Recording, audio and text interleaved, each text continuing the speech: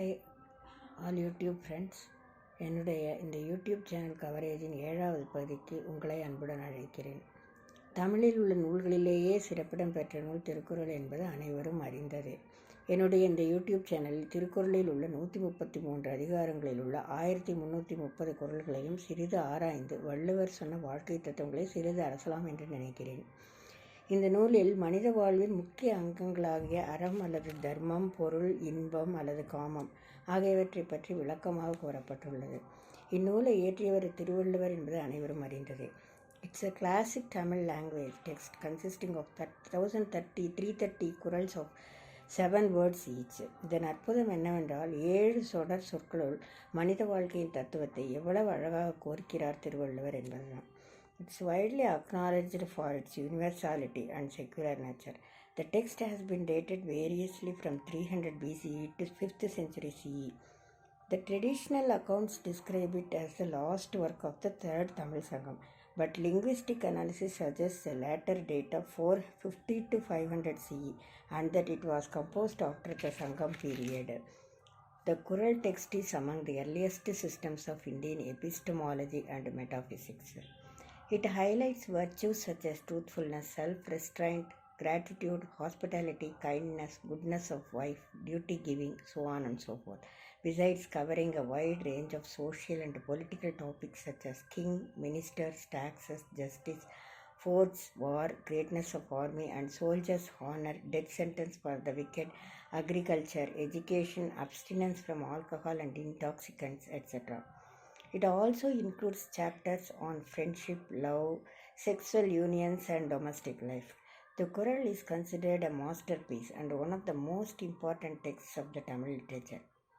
இனி நாம் தொடர்ந்து குறள்களில் கூறியவற்றை சிறிது ஆராய்வோம். திருக்குறள் நூலின் முதல் அதிகாரமான கடவுள் வாழ்த்து என்ற அதிகாரத்தில் வள்ளுவர் நமக்கு கூறும் தத்துவங்கள் என்ன என்று பார்ப்போம். குறள் நம்பர் 1. அகர முதல எழுத்தெல்லாம் ஆதி பகவன் முதற்றே உலகு. எழுத்துக்கள் எல்லாம் அகரத்தை அடிப்படையாக கொண்டிருக்கின்றன.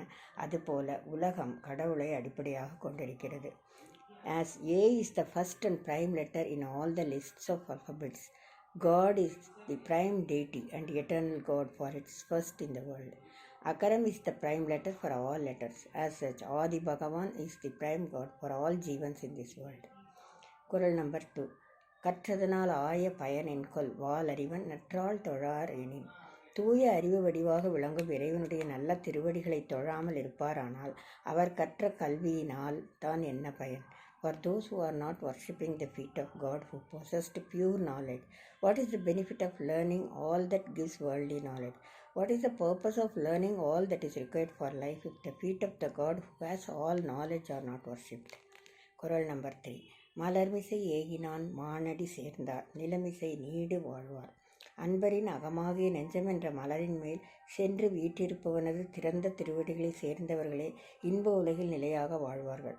மனமாகிய மலர் மீது சென்று இருப்பவனாகிய கடவுளின் சிறந்த திருவடிகளை எப்போதும் நினைப்பவர் இப்பூமியில் நெடுங்காலம் நிலைத்து வாழ்வார்கள். அதாவது அவரின் புகழ் வாழ்வு நெடுங்காலம் நிலைத்து நிற்கும். For those who always think of the glorious feet of the God who is existing in the flower of everyone's mind, their life stays with flourishing fame in this world. That is the life of the one who always have focused thoughts on the feet of the God who is always available in the flower of everyone's mind is living longer in this world. குறள் number 4. வேண்டுதல் வேண்டாமை இலானடி சேர்ந்தார்க்கு யாண்டும் இடும்பை இல. விருப்பு வெறுப்பு இல்லாத கடவுளின் திருவடிகளை பொருந்தி நினைக்கின்றவருக்கு எப்போதும் எவ்விடத்திலும் துன்பமில்லை. எதிலும் விருப்பு வெறுப்பு இல்லாத கடவுளின் திருவடிகளை மனத்தால் எப்போதும் நினைப்பவருக்கு உலகத் துன்பம் எப்போதும் இல்லை. For those who always folds the feet of the God who is not having either desires and likes or aversion, there is no evil in their entire life. God is always beyond the worldly pleasures, likes and dislikes, etc. So whoever always have focused their thoughts on the God and holds his feet, evil shall never come in his life. இருள் சேர் இருவினை. குறள் number 5. இருள் சேர் இருவினையும் சேரா இறைவன் பொருள் சேர் புகழ் புரிந்தார் மாட்டு. கடவுளின் உண்மை புகழை விரும்பி அன்பு செலுத்துகின்றவரிடம் அறியாமையால் விளையும் இருவினையும் சேர்வதில்லை. For those who understands the real qualities of God and praise Him with those qualities, there is no evil forever, and the iruvini, that is both good and bad deeds arising from ajnana, that is darkness in jnana, will not come to him. The good and bad emanating from ariyami, that is ignorance, will not come near to anyone who always see happiness in true praise of the God. குறள் number 6. பொறிவாயில் ஐந்தவித்தான் பொய்தீர் ஒழுக்க நெறி நின்றார் need வாழ்வார்.